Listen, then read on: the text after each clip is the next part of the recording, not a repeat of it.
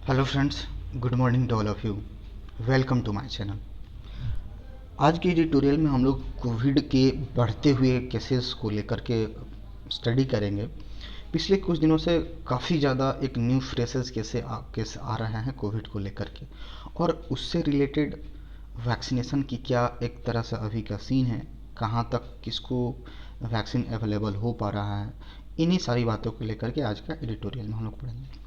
Title दिया है falling short. Falling short कहने का मतलब किसी चीज़ की कमी हो रहा, एक तरह से बोला जाए, यानी वैक्सीन की कहीं ना कहीं हमारे पास एक तरह से कमी हो रही है। ऑन इंडियाज़ वैक्सीन प्रोग्राम, हमारा जो वैक्सीन प्रोग्राम है उसको लेकर के वैक्सीन लोगों तक जितना पहुंचना चाहिए, जितना रिक्वायरमेंट है अभी के टाइम में, उसमें देखा जा रहा है कि कहीं ना कहीं उसमें कमी हो रही है, शॉर्टेज हो रही है। India must ensure there is no vaccine shortage and move to accelerate universal access। कारण कि इंडिया को ये एश्योर होना चाहिए, सुनिश्चित होना चाहिए कि वैक्सीन का शॉर्टेज ना हो, और ऐसा कुछ मूव लेना चाहिए, ऐसा कुछ पहल लेना चाहिए जिसके वजह से तेज़ी आ सके, एक्सेलरेट आ सके, उसमें तेज़ी से बढ़ोतरी हो सके, जिसकी वजह से यूनिवर्सल एक्सेस हो। यूनिवर्सल एक्सेस कहने का मतलब हर एक लोगों तक पहुंच सके। अभी हम लोग पिछले एडिटोरियल में ही पढ़े थे कि क्या पहले ऐसा था कि जो सीनियर सिटीजन लोग हैं उनको दिया जा रहा था, फिर उसमें देखा गया जिसमें कोमोर्बिडिटीज़ है, एक से ज़्यादा बीमारी, उनको प्रायोरिटी पे लिया जा रहा था। फिर अभी कुछ वीक्स पहले जब फिर नए केसेस बहुत ज़्यादा बढ़ने लगे, तो सरकार ने उसमें थोड़ा सा क्या, एक स्कीम था उसमें एक अमेंडमेंट लाया कि नहीं, 45 ईयर से एबव है उन लोगों को भी दिया जाएगा। लेकिन अब क्या हो रहा है, एक तरह से देखा जा रहा है पूरी तरह से कमी आ रही है वैक्सीन में। अब क्या हो रहा है, सब कोई लेना चाह रहा है। इसमें एक तरह से एज का बैरियर सरकार के द्वारा लगाया गया है, जो कि अब बढ़ती हुई केस को देखा जाए तो ये बैरियर हटा देना चाहिए, और जो लोग चाह रहा है सबको एक तरह से प्रोवाइड कराना चाहिए।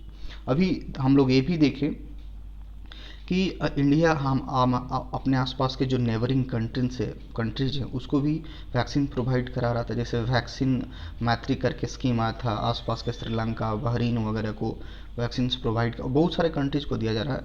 तो सबसे ज़रूरी बात यह है कि हमारे देश में अभी बहुत ज़रूरत है, क्योंकि एक तरह से देखा जाए तो सेकेंड वेव ने कदम रख दिया है।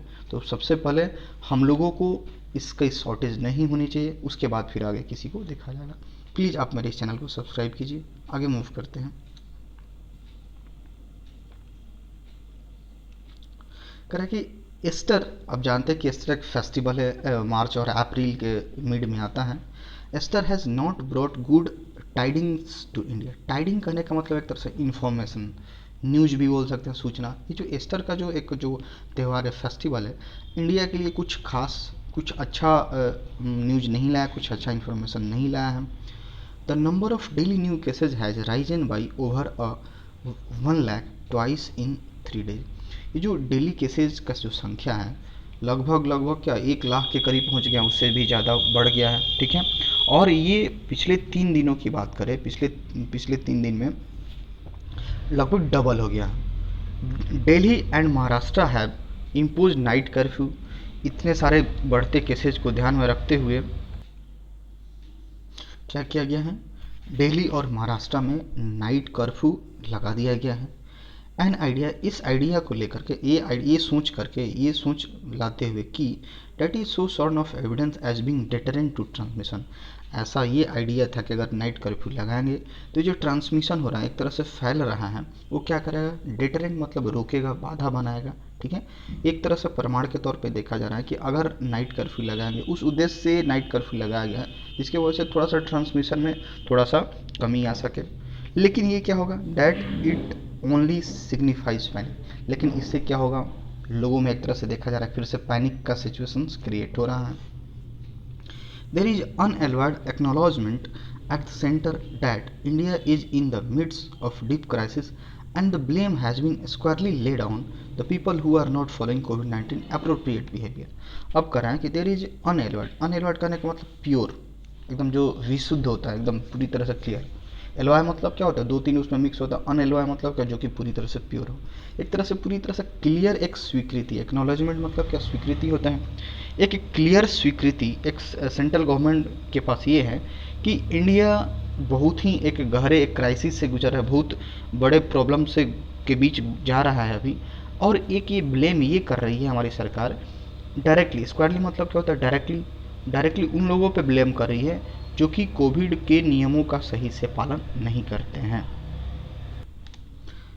In January, India rushed through two vaccines and sought to give permission that it was vaccine manufacturing hub of the world and could provide for its own vast population as well as for the world outside।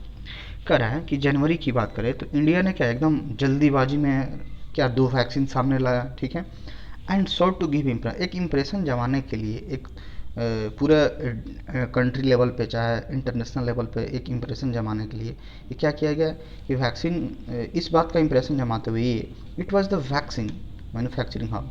India अपने आप को क्या बोला कि एक तरह से manufacturing hub है, पूरे वर्ल्ड का सबसे ज़्यादा वैक्सीन इंडिया में ही बन रहा था, and could provide it's on vast population, और ये अपने देश की बहुत बड़ी जनसंख्या के लिए वैक्सीन प्रोवाइड करा सकते हैं, और उसके साथ साथ एज वेल एज उसके साथ साथ फॉर द वर्ल्ड आउटसाइड, अपने कंट्री के लिए तो करा ही सकता है पूरी तरह से, और उसके साथ साथ इंडिया के बाहर भी वैक्सीन को भेज सकता है, क्योंकि ये क्या है बहुत बड़े वर्ल्ड का क्या एक तरह से मैन्युफैक्चरिंग हब है। तो एक तरह से इंप्रेशन जमाने के लिए जल्दी जल्दी में क्या एक तरह से दो वैक्सीन सामने रोल आउट किया गया।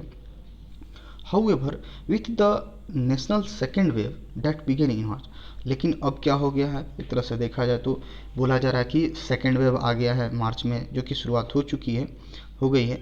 Growing public clamour for making vaccine available to all adult India. अब इसकी वजह से अब काफ़ी एक तरह से बहुत ज़्यादा न्यू केसेज आ रहे हैं, लोग काफ़ी पैनिक सिचुएशंस में आ रहे हैं। तो वहीं ये जो मार्च में सेकेंड वेव शुरू हो गया है, तो इसकी वजह से क्या होगा, लोगों में एक तरह से क्लैमर कहने का मतलब कौतूहल, कोलाहल, एक तरह से शोरगुल फॉर मेकिंग वैक्सीन, वैक्सीन लेने के लिए, वैक्सीन अवेलेबल कराने के लिए, मतलब अब क्या चाह रहा है कि हर एक कोई चाह रहा है कि हमको वैक्सीन मिल जाए। तो एक तरह से पूरी तरह से लोगों में शोरगुल है वैक्सीन को लेकर के, टू ऑल एडल्ट इंडियन, सबको मिल सके। तो government in signing a different tune, लेकिन सरकार अभी भी क्या है, एक दूसरा अपना धुन गा रही है। सब कोई, अब पहले क्या था, एक पूरी तरह से बैरियर लगा था ना कि एक एज वाइज सीनियर सिटीजन को देंगे, फिर 45 वाला हुआ, लेकिन अब सेकेंड वेव आ गया, अब तो सबको देना चाहिए ना, कोई बैरियर नहीं लगाओ आप, जो जो जा रहा है उसको आराम से इजीली प्रोवाइड कराओ। लेकिन इतना सब होने के बावजूद भी सरकार अपना अलग धुन गा रही है, that vaccine were not be given by want but to dispense mind. लेकिन पहले क्या था, वैक्सीन क्या जो लोग चाह रहा था, इच्छा के अनुसार नहीं दिया जा रहा था, was not be given by want, मतलब जो लोग चाह रहा था कि हमको मिल जाए, हमको जा करके वैक्सीनेशन लगा ले, टीकाकरण हो जाए, तो इच्छा के अनुसार नहीं हो रहा था, but to be dispense by, उस समय क्या होता था, ज़रूरत के अनुसार सरकार ये देखती थी कि किसको ज़्यादा ज़रूरत है, किसको देना प्रायोरिटी पे है, ठीक है ना, तो उस समय ये दिया जाता था। लेकिन अब ऐसा सिचुएशंस बिल्कुल भी नहीं है, बहुत तेज़ी से न्यू केसेज आ रहे हैं। तो इस केस में सरकार को क्या करना चाहिए, हर एक को कोई एज बैरियर ना लगा करके ये सबको प्रोवाइड कराना चाहिए। आगे मूव करते हैं, कह रहा है those who are most vulnerable to the disease, वे लोग जो काफ़ी एक तरह से वल्नरेबल मतलब वीक है, कमज़ोर हैं, जिनकी इम्यूनिटी काफ़ी कम है डिजीज़ के लिए, डिजीज़ को लेकर के, बीमारी को लेकर के, जो कि कौन कौन, हेल्थ केयर वर्कर्स हैं, फ्रंट लाइन वर्कर्स हैं, एल्डरली जो कि बड़े बुजुर्ग लोग हैं, एंड दोज विथ कोमोर्बिडिटीज, और वैसे लोग जिनमें एक से ज़्यादा बीमारी हैं, surely have the first right to protect themselves against this, उनका एक पहला अधिकार है, निश्चित तौर पे उनका एक हक बनता है, एक अधिकार है कि उनको क्या किया जाए, पहले उनको प्रोटेक्ट किया जाए इन सारी डिजीज के खिलाफ। ठीक है, ये बात बिल्कुल सही है कि जो लोग काफ़ी वल्नरेबल है, काफ़ी वीक है, जिनकी इम्यूनिटी कम है, जैसे कि health worker, front line workers, जो लोग बड़े बुजुर्ग लोग हैं जिनको बहुत ज़्यादा बीमारी है, निश्चित तौर पे उनको प्रोटेक्ट करना चाहिए इन डिजीज से। लेकिन अभी का जो एक करंट जो सर्कमस्टांस है उसके तहत देखा जाए तो अभी ये एज बैरियर नहीं लगाना चाहिए। The serum institute of India, जो कि इसका हेडक्वार्टर पुणे में है, अनलाइक इंडिया प्राइवेट, अनलाइक मतलब जिसके जैसा ना हो, यानी ये क्या है, एक तरह से देखा जाए तो इंडिया का जो भी पब्लिक सेक्टर वैक्सीन कंपनी है उसके जैसा नहीं है, एक तरह से देखा जाए तो प्राइवेट है। That have largely shut down, ये क्या है, सीरम इंस्टीट्यूट, ये क्या है, इज अ प्राइवेट कॉन्ट्रैक्टर, ये क्या है, एक तरह से प्राइवेट कॉन्ट्रैक्टर है, फॉर होम, जिसके लिए India is just another buyer, जिसके लिए इंडिया एक तरह से क्या बायर के रूप में, क्रेता के रूप में खरीदने वाला है। वो तो प्राइवेट है, अपने अनुसार काम करेगा वो। तो भारत सरकार भी एक तरह से क्या उसके सामने एक बायर की तरह है। It can manufacture no more than 65 million doses a month. अब इसका एक लिमिटेशन ये बता रहा है कि ये जो कंपनी है सीरम इंस्टीट्यूट ऑफ इंडिया, ये एक महीने में 65 मिलियन से ज़्यादा मैन्युफैक्चर नहीं कर सकता है, ठीक है। And there is only a वैक्यू, वैक्यू मतलब क्या होता है, जो कि क्लियर ना हो, ऑब्सक्योर जिसको बोलते हैं, which is not clear to understand. तो there is only a vague assurance, मतलब ये जो एश्योरेंस दिया जा रहा है एक तरह से सुनिश्चित दिया, मतलब जो भी एक उसमें क्लैरिटी जो कन्फर्मेशन दिया रहा है वो क्या है, पूरी तरह से अस्पष्ट है। And most of it would be for Indian. अब ऐसा भी नहीं है, ये जो एश्योरेंस दिया जा रहा है कि ये जो 65 मिलियन, ये तो मैन्युफैक्चर जो भी सीरम इंस्टीट्यूट है उसका एक लिमिट क्या बता रहा है कि एक महीना में वो 65 मिलियन से ज़्यादा नहीं बना सकता है। और ये एक एश्योरेंस दिया जा रहा है, एक कंफर्मेशन दिया रहा है कि ये ज़्यादातर ये इंडिया वालों को ही मिलेगा, लेकिन ये क्या है, पूरी तरह से वैग्यू है और अस्पष्ट है। ऐसा नहीं है कि जितना बन रहा है उसका मैक्सिमम पार्ट इंडिया को ही जाए। अभी तो देखा जा रहा है कि इंडिया में कम बट विदेश में ज़्यादा जा रहा है। तो यही बात है कि जो कि पूरी तरह से वैग्यू क्लियर नहीं है। Covaxin constitute less than 10% of India's vaccine portfolio. अगर वैक्सीन की पोर्टफोलियो के हिसाब से देखा जाए तो इंडिया में क्या है, लगभग 10% से भी कम है। And in March the centre had ordered only 20 million doses more. और मार्च की बात करें तो सेंटर कितना ऑर्डर किया था, 20 मिलियन, केवल 20 मिलियन ज़्यादा ही डोज को ऑर्डर किया था इससे, सीरम से। Both films have demanded that government provide additional funds to expand manufacturing to enable more vaccine to Indians। अभी जो दोनों फॉर्म है, जो दोनों एक तरह से प्लेटफॉर्म बोल सकते हैं, ये क्या डिमांड किया है सरकार से कि आप मेरे को क्या करो, एक एडिशनल फंड दो, एडिशनल पैसा दो, जिसकी वजह से क्या कर सके, हम ज़्यादा से ज़्यादा वैक्सीन मैन्युफैक्चर कर सके, लोगों तक पहुँचा सके। And the SII Serum Institute of India has also demanded a higher per vaccine price to guarantee prioritise supply. और जो सीरम इंस्टीट्यूट एक तरह से प्राइवेट कंपनी है, उसने ये भी डिमांड किया है हायर पर वैक्सीन प्राइस, यानी जो भी वैक्सीन का जो प्राइस है, एक जो वायल जो 1 cc बोल सकते हैं उसका जो कीमत है, उसमें ये डिमांड किया कि उसका प्राइस को हम बढ़ाएंगे, जिसकी वजह से क्या करेंगे, हम एक तरह से आपको गारंटीड सप्लाई दे सकते हैं। प्राइस थोड़ा बढ़ाएंगे लेकिन आपको क्या करेंगे, हम आपको जल्दी देंगे, इंडिया गवर्नमेंट को क्या करेंगे, जल्दी देंगे, एक प्रायोरिटी पे रखेंगे, आपको देने में प्राथमिकता ये करेंगे, शो करेंगे। ठीक है, आगे मूव करते हैं। कह कि India has hit a record of administrating 4 million doses है।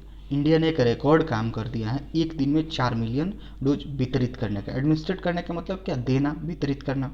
तो एक रिकॉर्ड बना, एक तरह से बहुत अच्छी बात है कि एक दिन में 4 मिलियन मतलब क्या, 40 लाख लोगों को वैक्सीन पड़ गया है। A significant number by global standard. एक विश्व स्तर पर देखा जाए, विश्व स्टैंडर्ड के लेवल पे देखा जाए तो काफ़ी अच्छा खासा नंबर है। लेकिन इंडिया के पॉपुलेशन के अकॉर्डिंग कितनी, 130 करोड़ की जनसंख्या, उसके हिसाब से देखा जाए तो परसेंटेज अभी भी बहुत कम है। And where this to increase given the widening public anxiety over the second wave. और पहले क्या था, इसको बढ़ाना था, ठीक है, गिवन द, लोगों में क्या था, पूरी तरह से एंजाइटी, बहुत से लोग बेचैन हो गए थे अभी सेकेंड वेव को दे करके अभी हो भी रहे हैं। There is a need to replenish stocks every 10 days. अब ये जो रिप्लेनिश करने का मतलब होता है फिल करना, भरना, ठीक है। अब क्या ज़रूरत है, हर एक 10 दिन पे ये जो स्टॉक है, ठीक है ना, उसको फिल करने की ज़रूरत है, जिसके वजह से कोई शॉर्टेज नहीं आ पाए। इन सारी बातों को ध्यान में बिल्कुल रखने की ज़रूरत है। करें कि Maharashtra, Chhattisgarh, Andhra Pradesh and Uttar Pradesh have been complaining of vaccine shortage. ये जो जितने सारे राज्य हैं, महाराष्ट्र, छत्तीसगढ़, आंध्र प्रदेश, उत्तर प्रदेश, ये क्या कंप्लेन कर रहे हैं कि वहाँ पे वैक्सीन की शॉर्टेज हो रही है। दाउ यद्यपि कि centre is adamant that there is not one. Adamant करने का मतलब क्या, अपने एक अटल रहना, कोई बात है उस पर अटल रहना। ये सारे स्टेट्स एक कंप्लेन बार बार किए जा रहे हैं कि हमारे यहाँ भाई शॉर्टेज वैक्सीन अवेलेबल नहीं हो पा रहा है, कहीं ना कहीं शॉर्टेज हो रही है। लेकिन जो केंद्र सरकार है अपना एकदम धुन गाया जा रहा है कि एकदम उस अपने बात पे अटल है कि नहीं, ऐसा कुछ भी नहीं है। While it is true that most countries have prioritise their health care workers. हालांकि एक तरह से देखा जाए ये बात सच है कि ज़्यादातर जो कंट्रीज है, देश है, अपने हेल्थ केयर वर्कर को ज़्यादा प्रायोरिटाइज किया है, उनको प्राथमिकता दी है कि हाँ उनको पहले वैक्सीन लगे। They have also moved to rapidly expand access. हालांकि वो तो किए हैं कि एक जो प्रायोरिटाइजेशन किए हैं कि हेल्थ केयर वर्कर को पहले मिले, लेकिन इसके साथ साथ वो लोग ये भी किए हैं कि ये जो एक्सेस हैं, जो लोगों तक एक वैक्सीन की पहुंच है, वो क्या हो, काफ़ी तेज़ी से हो, काफ़ी तेज़ी से एक्सपैंड करे, काफ़ी तेज़ी से बढ़े, विदाउट बैरियर्स विद इन, बिना कोई बाधा के, बिना कोई एज ग्रुप के, यानी जो लोग भी चाहे अपनी इच्छा के अनुसार जाके ले सके। ठीक है, तो वहाँ पे तो एक है प्रायोरिटाइज तो दिया गया है बाकी अदर कंट्रीज़ में कि हेल्थ केयर वर्कर्स को प्राथमिकता दी जाए, लेकिन इसके साथ साथ इसमें कोई बैरियर नहीं रखा गया है जिसके वजह से लोगों तक बहुत तेज़ी से पहुँच सके। Several states in United states की बात करें तो वहाँ के बहुत सारे ऐसे राज्य हैं, एंड इजराइल की बात करें, हैव अनफेटर्ड एक्सेस। अनफेटर्ड करना मतलब फ्री कर देना, एक तरह से मुक्त कर देना access. And UK too has said it will prioritise its own needs before exporting. ये जो यूनाइटेड स्टेट्स का कुछ राज्य हैं, बहुत सारे राज्य हैं, इजराइल हो गया, अपने आप को क्या किए हैं, जो वैक्सीन लोगों तक पहुँचे हैं, उन्होंने ये कहा है, यूके ने भी ये कहा है कि हम लोग किस बात की प्राथमिकता देंगे, it will prioritise its own needs. हमारी जो ज़रूरत है, हमारी जो खुद की ज़रूरत है, उसको पहले प्राथमिकता देंगे बिफोर एक्सपोर्टिंग, मतलब किसी दूसरे को भेजने से पहले। यानी सबसे पहली बात, अपने देश में जो पूरे उसका जितना रिक्वायरमेंट है, जितना लोगों को ज़रूरत है, उसको पहले क्या किया जाएगा, उसको फुलफ़िल किया जाएगा, उसके बाद में एक्सपोर्ट बचेगा तो फिर एक्सपोर्ट किया जाएगा। तो प्रायोरिटीज़ किसकी होनी चाहिए, पहले अपने खुद का भाई करो, फिर बाद में दूसरों का करो। Therefore the government must realistically clarify on its supply line and endeavour to accelerate universal vaccine access. कह कि इसलिए क्या होना चाहिए, गवर्नमेंट को जो ये सप्लाई कर रही है उस पे बात पे पूरी तरह से क्लियर होना चाहिए, स्पष्ट तरीके से एकदम बिल्कुल क्लियर होना चाहिए। और एंडेवर कहने का मतलब कोशिश करना, प्रयत्न करना, टू एक्सेलरेट, और ये कोशिश करनी चाहिए कि ये जो यूनिवर्सल वैक्सीन एक्सेस है, जो लोगों तक पहुंच है, जिसके पास एक्सेस मतलब क्या होता है, पहुंच होना, तो ये जो लोगों तक पहुंचाने का, हर एक लोगों तक पहुंचाने का ये जो एक कोशिश है, एंडेवर है, वो क्या हो सके, उसमें पूरी तरह से तेजी आ सके। Okay, alright, thanks for watching this video.